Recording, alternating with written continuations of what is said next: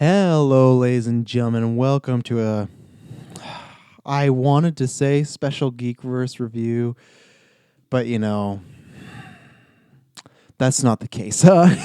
Today, we are going to be talking about Scoob. Excuse me. That's just, I'm not even going to bluff because I'm pretty sure I'm titling this movie review like Travis hates this movie or loathes this movie, and that's pretty true. So I will give you we're not going to do massive spoilers. I'm going to give you some minor spoilers about the plot, but I think this is a way to, if you're a big Scooby-Doo fan, to warn you as far as maybe not to watch this movie. Now, before we get into that, as always, go down below. We got all the links on the video and audio feeds. Head over to Patreon. In June, we're going to be revealing some new tiers. We're very excited about that. You can go get some Geekverse merch. That's always fun. We had some fans buying that this weekend, so thank you very much for that. We appreciate it. Patreon, like I said, you go to the tiers now, get some of those, but they are going to be changing in June, and we're very excited about that. We got lots of good stuff popping up there. Right now, what is it, May? So we dropped the exclusive Patreon at the $5 tier, the Spider-Man commentary track, and you might want to get that because June some things might change and whatnot, so you might want to get grandfathered in. What else is going on? We got tons of stuff. June 1st, big day. Geek Ultimate Alliance Network is launching. The Geekverse has its very own podcast network launching. We're very excited. 6 shows, 5 days a week, tons of hosts.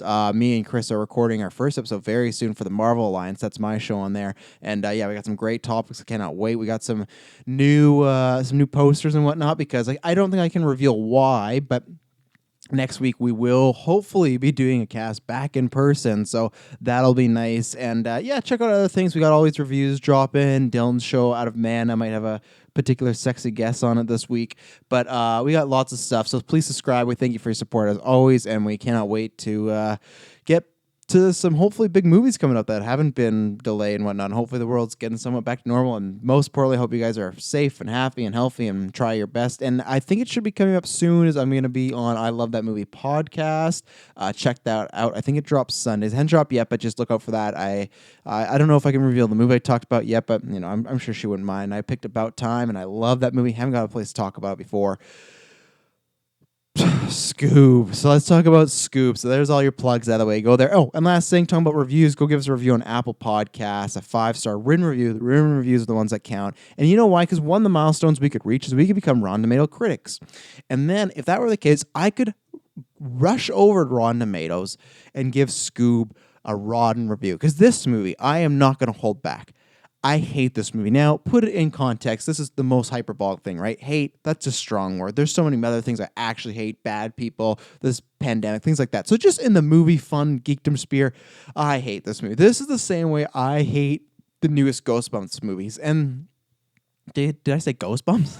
That's something else. Goosebumps. So I preface this, and I guess these are two positive things I'd say. And this is where I will say for people that have kids, because I have kids. I watched with Gwen, my 2-year-old daughter. She enjoyed it for the most part. I think near the end, she was kind of tapering off. Oh, excuse me, frog in the throat today. Just fantastic. Right before you get on the cast, eh? But I think she enjoyed it for the most part. She's a big dog fan. We have a dog, so that was the selling point. She had seen like Scooby-Doo things before, but never that much. She's somebody definitely because of Froze and stuff like that. She prefers the animation of kind of newer Pixar and whatnot. So I think now she's getting older. She's going into that hand-drawn animation, but when she was younger, that stuff like an older Scooby-Doo maybe didn't appeal to her. It was more the flashier 3D models, right? So from a parent's point of view, she seemed to enjoy it. So I think if you have kids, they would enjoy this. There's nothing offensive in there. There's some weird kind of like very PC like woke culture things, which is just they didn't offend me. It was just like I was swear that like like Velma at one point says like toxic man, oh you and your toxic masculinity. And I'm just like, all right, like that's a strange thing to throw into Scooby-Doo. Like one, it's just very kid oriented. I don't really identify Scooby-Doo as going anywhere politically, and that's fine. I'm not saying politics can't be in my art. I don't even say there's a time and place. I was just really, this is what we're doing. There's a few other ones where they made like a joke about someone being in the law system. Right, they're talking about as Halloween part, minor spoiler, and Velma's dressed up as Judge Ruth Gates Ginsburg. I think I pronounce it right. But anyways, so she's, it's you. And she says, oh, this is who I am. And Shay goes, what's that? Like, oh, it's a civil servant in the court of law. And they're talking about, oh, that was the setup. Oh, are you from Harry Potter? What house are you in? She goes, no, I'm a judge from a civil state of case, the civil court of law. Something, there's some lines, some jargon and whatnot. And then he goes, oh, House Slytherin. And that was kind of fun. I'd say like for the adult point, and this is where another thing with the movie, I don't think it's one of the worst movies ever. I don't even know. Well, there's not many movies this year, so maybe it's one of the worst movies this year. I don't think it's that. When I say hate this movie, it's not kind of the same way as the Goosebumps movies, where I don't hate those movies because they're just so bad. They're not like, what's one of my least favorite movies of all time is, what's something I just watched? Well, check it out because I'll probably be reviewing Capone. Capone is a movie I just straight up don't like because I think it's bad almost the whole way around. There's not anything really redeemable about that. This movie, the reason I dislike it is I believe this is how the story goes. I could be wrong. I think that's what it is. So, Die Hard, and you're going to follow me. So, like I said, I think for kids, good enough movie, you could enjoy this. I think for adults, I don't know if you would enjoy it. I don't think the humor hits the greatest. I don't think they hit on the nostalgia, and I also think they kind of go for like Shrek type humor, but not as strong as Shrek did. Like and definitely not as much, but it just feels like sometimes they're trying to be like, we got stuff for the adults, but it's like, yeah, this stuff sucks. Where for the most part, most of the Shrek movies to me felt like they hit that humor and I enjoyed it. So this movie, Die Hard, back to this. Die Hard 3 was a movie originally called Simon Says, and it was that same plot, very similar, but apparently the story goes, and this happens all around Hollywood many, many times in many movies where they have this script and they kind of go, this, like, would this action movie sell? Like, would this, get a mass appeal? And then someone goes, well, what IP could we attach to? And they go, well, John McClane in Die Hard 3. So the script Simon Says becomes Die Hard 3. It becomes the same script, but you take some elements from Die Hard world, put in there, you put John McClane, so you tweak some things, make it about that character. They put in the twist of, some siblings or whatnot. So you do all these things to make it Die Hard. But at the end of the day, it wasn't written with the intention of being a Die Hard movie.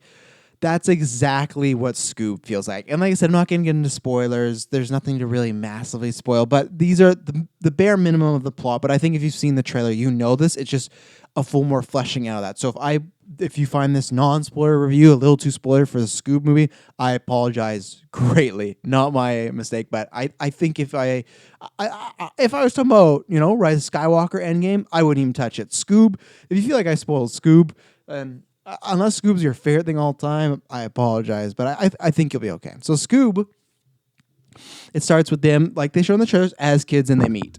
So they get the meet cute's fine and all whatnot. There's some weird humor, but they have this moment where after the meet cute, they start progressing into the movie, and they have this montage. And like I said, my spoilers, but my montage of them catching ghosts or, solving crimes. Like, oh, this is who did it, blah, blah. And they even show some like classic, like they show that one case where it's like the submarine guy with the seaweed on him. They show some fun Easter eggs, right? And then as they shown in the trailers, I'm pretty sure that, Shaggy and Scoob kind of feel underappreciated. So they want to do something on their own without the rest of the gang. The gang, by the way, goes missing for quite a while in this movie, I would say. But either way, they get back together, and it's fine. This movie, so Shaggy and Scooby go on their own for their adventure.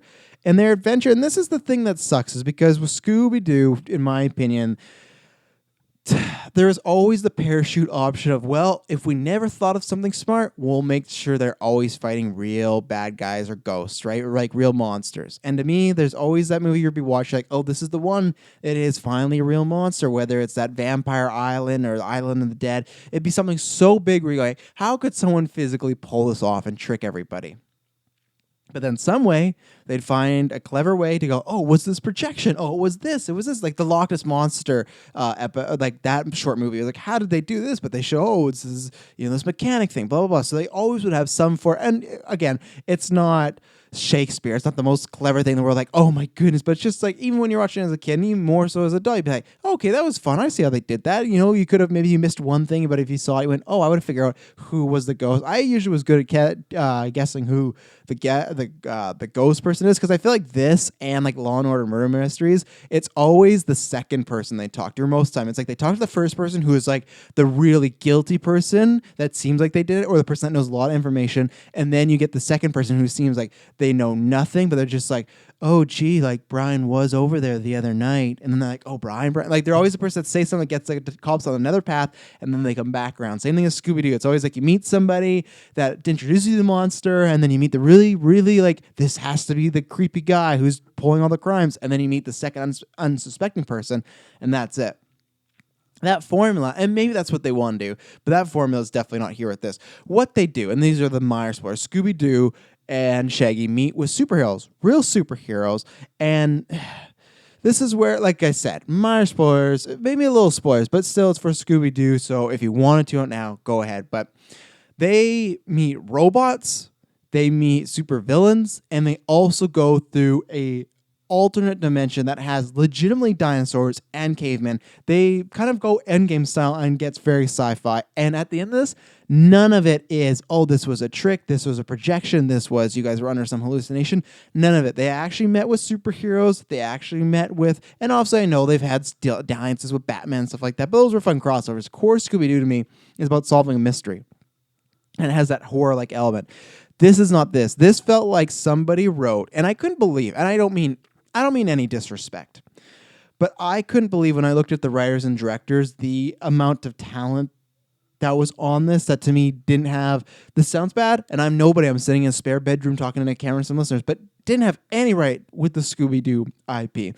In my opinion, Scooby-Doo is to me, a pretty important IP, is a box office, like kick down the doors, biggest movie all time. No, it's not. But I feel like there's a nostalgia and a love there, and it's been around there for years. So I just feel like it's one of those IPs that you want to handle with care, and you want to get the right people on there and really make a go of it. This feels like they just wanted to, and I don't think this is the case, but this feels like when superhero companies have to put out a superhero movie so the rights don't expire. And this whole movie felt like somebody had written a movie about a gang of friends that maybe were crime fighters, and they wanted to go off their own. They met some superheroes and had all these adventures. And then let's say it was just like the robot universe, right? Someone wrote, they're like, I don't think people are really gonna be into this. Like, it's a little weird, it's a little off. It's like, I get it, the play on superheroes, that's fun, that's in, but what do we need? And someone went, I know, put Scooby-Doo in this movie. And you go, well, that doesn't make sense because none of the characters are solving mysteries. We'll have them solve mysteries for the first 5 minutes and then just kick that to the curb and don't even mention it again.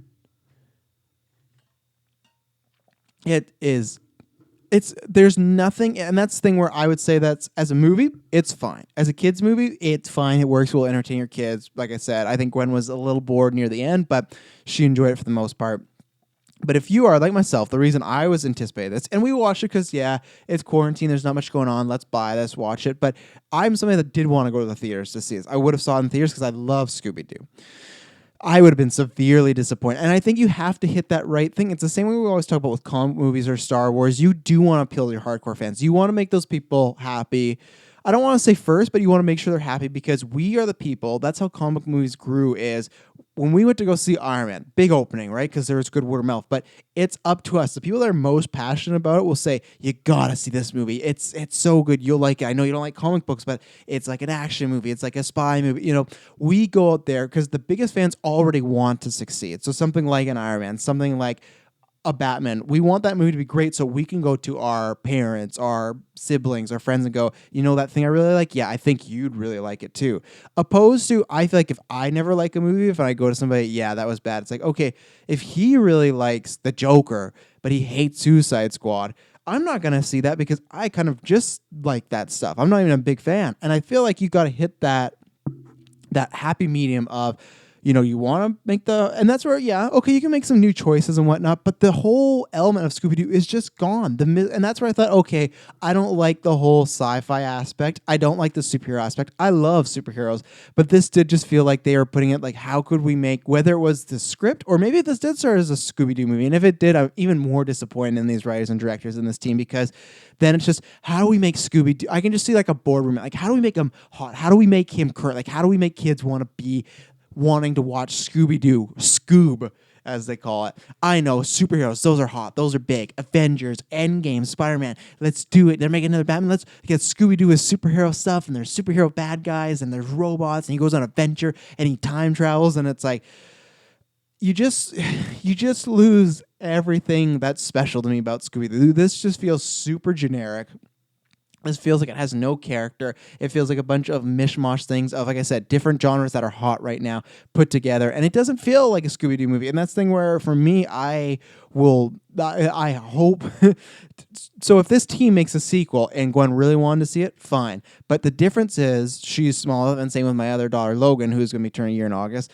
They're still at that age where they're going to go what we choose to see. If it's something like Frozen 3, we're going to see it because my daughter loves Frozen. If they made another Toy Story, there's certain genres. But I think she really liked this, but I don't know if she loved it enough to do that. And that's where we are, where you want to hit that. Even with the parents, I feel. That's why there's certain movies that just get wrapped up, a kid's movie. Like, Pixar has kind of gotten rid of that, and I think that's why movies are so successful, is because parents, yes, we have a generation like myself who grew up with Pixar as a kid, and then I'm a parent now, but you have people like my mom who the second she sees Pixar or Disney, she knows that's quality. That's something that it may be for younger audiences, but I will enjoy it. This is not that. And same thing with Shrek. I thought it was the same way. That was a bit more skewing sometimes towards adults, but it was like, hey, this is a kid's movie, but there's like some hidden gems for the adults. And they kind of do that, like, with some political jokes, but just in this sense too, it felt very misplaced. They should have just went all kiddie. And it's not like huge. It's not like huge wokeness, but just certain things characters say, it goes like, this doesn't feel like, I know what you're trying to do here and it's not working. The rest of your movie sucks. And just because you add in some term that's really popular right now,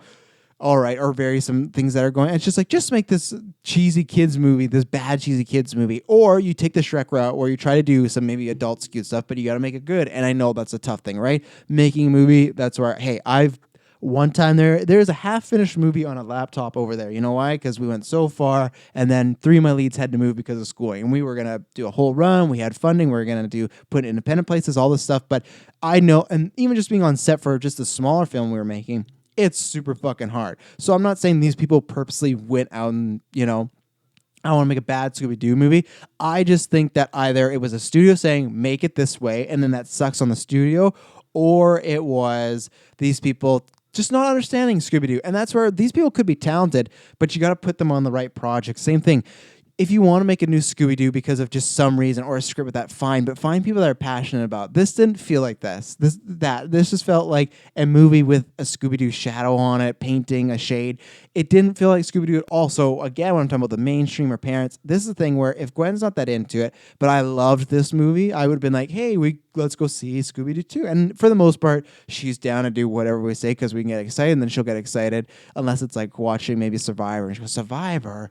No, my Paw Patrol. But it's like, no, we gotta watch Survivor. We gotta see Tony, the king of the greatest Survivor player of all time, win. So, but for the most part, I say, hey, you want to watch a puppy movie? Doesn't matter what. She go, yeah. Scooby-Doo 2 comes out. I'm not asking her, do you want to watch a puppy movie? I don't want. First of all, we don't know what this is gonna do because it's going to VOD. I think it will do pretty well. I don't know what it would do like versus the theater. But the other thing is too, I think this was supposed to kick off some like Hanna-Barbarian universe or something. I really liked the animation. I liked the 3D. It kind of had like a 3D cartoon comic book sort of feel to it. I liked all that. I think it was a gorgeous looking movie. The voice actors are fine. I love Will Forte. I honestly think I could say I'm like top 10 biggest Will Forte fans in the world. I watch every episode of Last Man on Earth. He's probably one of my favorite 5 SNL performances. I love Will Forte. Not what I was looking for Shaggy. And I'm definitely on the Matthew Lillard bandwagon if I wanted that back. But even then, I'm like, okay, let's get a new choice. This was like, no, this just felt like he was trying too hard. I don't know. And that's where everything feels off in this movie. Everything feels like it's trying to be Scooby-Doo, and it's not. Whether it's, like I said, some weird humor, whether it's the adventure that has nothing to do with the mystery. Nothing at all. They have some weird cameos. Like there's one celebrity cameo that feels very dated. I won't spoil it, but it's just like maybe 5 years ago. But even 5 years ago, this would have felt a little dated. I understand this person's still on TV and a personality, and then they call back to it in the finale of the movie, and it's very strange. It feels out of touch. It just doesn't. I just think this movie overall is a big misfire. And at the end of the day, hey, I'm a 26-year-old guy talking about Scooby-Doo, so maybe my opinion's not the most. If a kid likes it, and I did say, I think your kid would enjoy it. I don't think there's anything in here that's super boring. I think, like I said, near the end, they get into the finale is very long, and I think it's just a lot of like ticking clock stuff that kind of like, I just kind of like seeing Scooby-Doo or stuff. But even like the idea of Scooby snacks, like, they're in this movie, but very mildly. It's just, again, that's the only way I can describe this movie. My final thoughts are: it feels like this was a different movie, a different script, but they said, you know how we could sell this? put Scooby-Doo and the gang in here and make it work. And that's what it felt like. It felt like a puzzle piece trying to slide into a slot that it does not fit. And it's just jammed. And they took the hammer, they slammed it. Look, that fits. And you go, no, it doesn't. So this to me was a big misfire. I would not recommend this to anybody. And same thing too. If you're a big fan of Scooby-Doo, then I say, oh, get your kids to watch it. That's where I'd say I think kids would be fine to watch it, but go watch something else. Introduce them to a older movie on Disney Plus or Netflix, something that they haven't seen before. Watch a TV show. Obviously, you can go outside and do a walk and stuff. But I'm just saying, if you're looking for entertainment, you want to watch a movie with your family, I think for your sake, I would say don't watch this. Unless you're like me, you're a mass Scooby-Doo fan, but I feel you'd watch it and you're going to be disappointed. You're going to know what I'm going for. And at the end of the day, someone might come by and be like, oh, it's a new take.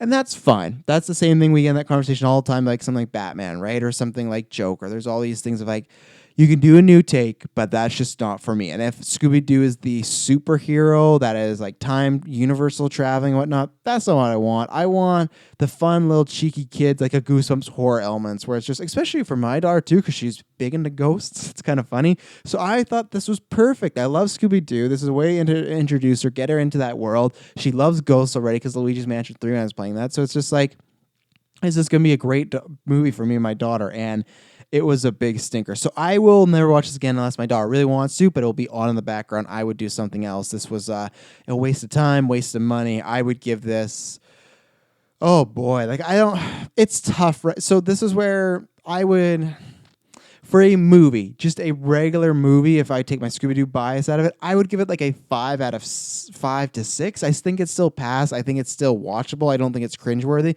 But as a Scooby-Doo fan, fuck it. I'm giving it a 0.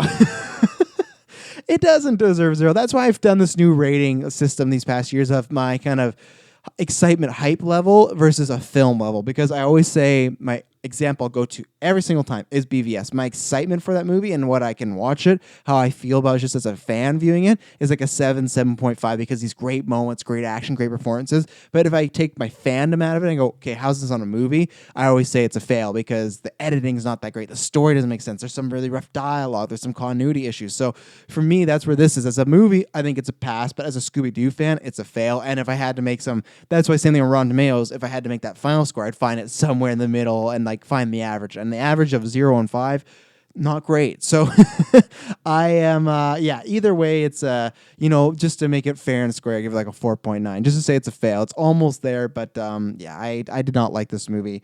Don't see this movie. If you really want to, let me know what you thought about it. I hope this review helped you at all, and maybe it saved you $20 to $25. And if not, you watch and you feel my pain, please, whether it's on Twitter, Facebook, or YouTube, please comment down below. Let me know how you thought. Or if you liked it, please. And that's where, again, you can like it and you're completely fine. Maybe this is your first time with Scooby-Doo and you really enjoyed it. Maybe you love the new take. If you do, please let me know, and I'd love to hear you out, because at the end of the day, it's just movies. It's just enjoyment. So I thank you very much for tuning this review. When you hear from me next time, it'll not be boring.